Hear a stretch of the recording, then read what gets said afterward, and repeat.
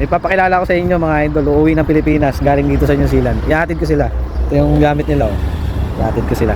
Ito si Lando, yung pormahan yan, oh. New Zealand Logan, Vietnamese. Outfit check, outfit check, outfit check. Yan. Uuwi ng Pilipinas yan, ha. So ito ang matibay. Ito. Uy, outfit check. Uuwi ng Pilipinas. Nakabos sa sa online sabong, mahirap. Uuwi ng Pilipinas yan. Resibo. Nalulong sa online sabong. Uuwi ng Pilipinas, outfit check. Kaya anong advice mo? Anong advice mo? So guys, pag nasa abroad kayo, talagang pagbutihan nyo yung pagtatrabaho The tapos outfit check. yung pinaghirapan nyo, $1. isipin nyo ng 10 beses bago nyo iwalas yung pera. $1. Online $2. sabong. That's treatment. 50 cents. Kumbaga, isipin nyo yung sakripisyo ba? Mahirap. Hindi, loko lang yun. Hindi naman siya nagsusugal. Uwi lang talaga siya ng Pilipinas. Yan lang talaga. Malupit to. Tamang ano yun. Outfit check lang yan.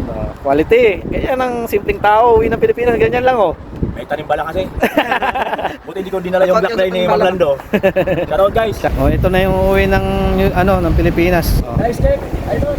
Ayan, quality. Boy, ingat kayo. Logan.